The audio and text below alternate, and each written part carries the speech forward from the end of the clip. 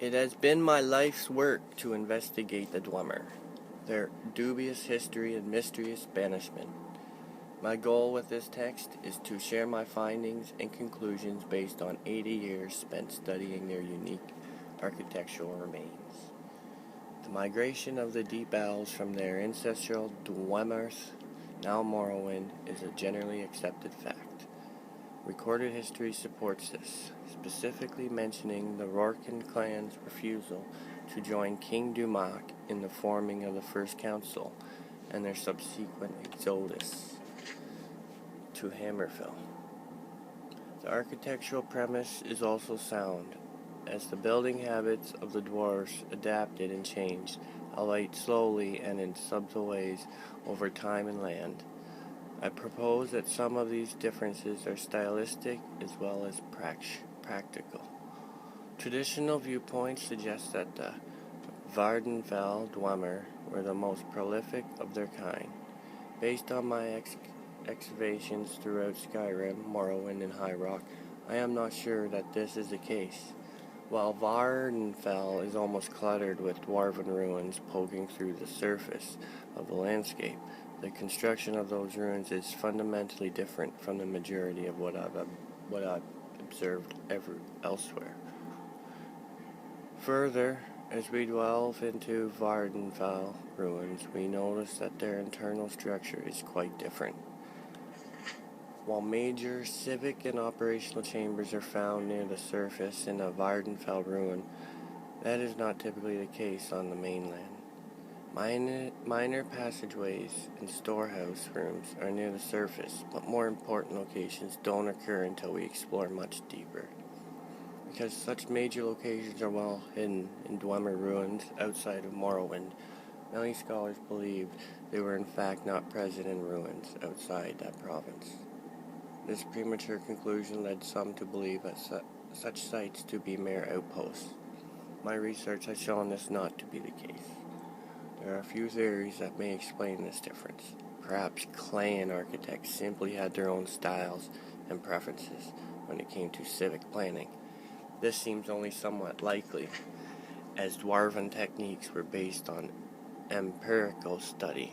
There was likely little room for creative interpretation when it came to building technique. Geological makeup of the terrain almost certainly played a role, especially in a region like northern Skyrim, where the ground near the surface is very rocky and often frozen. First is the volcanic substratum common in Vardenfell, or the ubiquitous aquifers found in Hammerfell. It's possible that dwarven architects in the north were not even able to excavate larger structures until reaching more pliable stratum. This scholar would like to suggest, however, that many structures west of Morrowind were built after the First Era 420. When the clan Rorken left Vardenfell, it seems evident that several clans broke off to create their own settlements and chose to live in greater isolation than their eastern brethren. This theory is particularly fascinating because it leads me to believe that dwarven architects may have developed even more elaborate methods of hiding their strongholds over time. This opens a distinct possibility that undisturbed dwarven archaeological sites exist throughout Tamriel, even in southern areas like Cyrodiil or Blackmarsh, where dwarves are not believed to have ever had a significant presence. Though we ought not to get carried away on flights of fancy, one could extrapolate this logic to suggest that some dwarven clans were living among us for much longer than previously believed, perhaps well beyond the disappearance during the War of the Red Mountain in the First Era 700. Well, nice to know. I'll get going and see if I can find Thorold.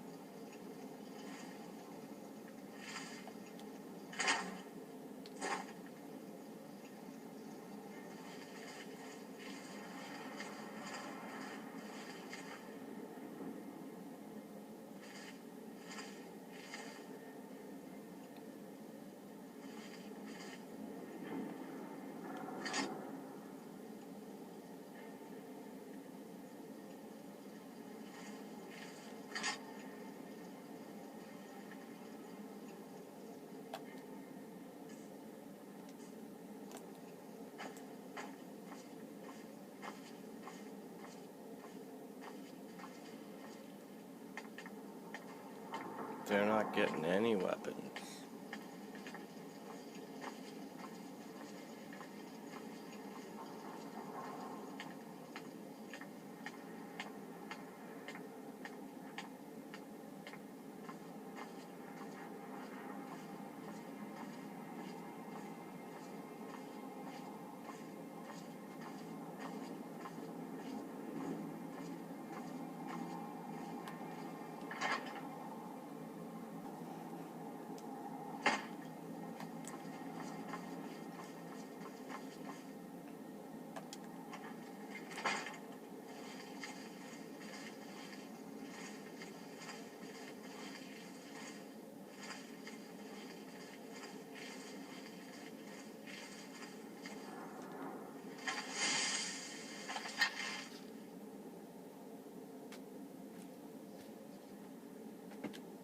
Oh. Someone there. Just a scratch. Aha! I'm going to put you down.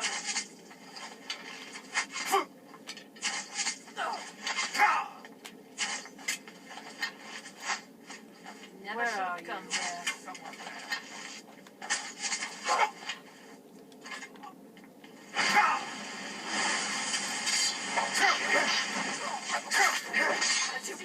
Uh-oh.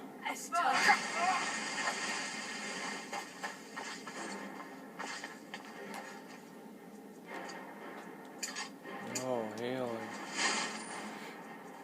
And give me my sword.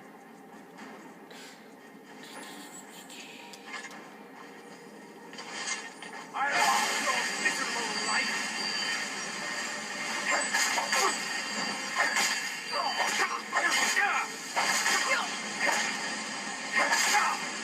I'll see you. Whoa.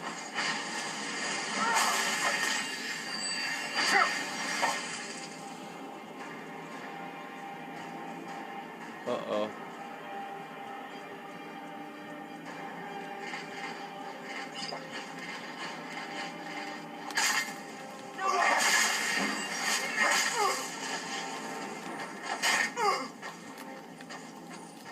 I'll get you.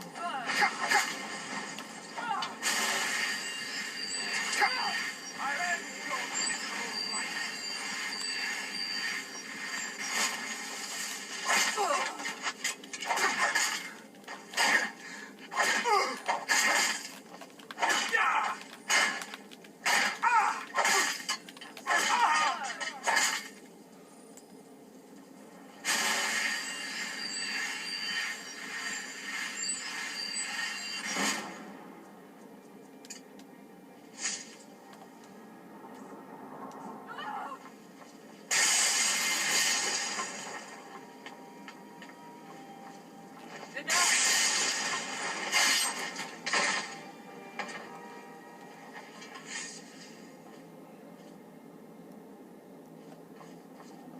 Is that it? That was close.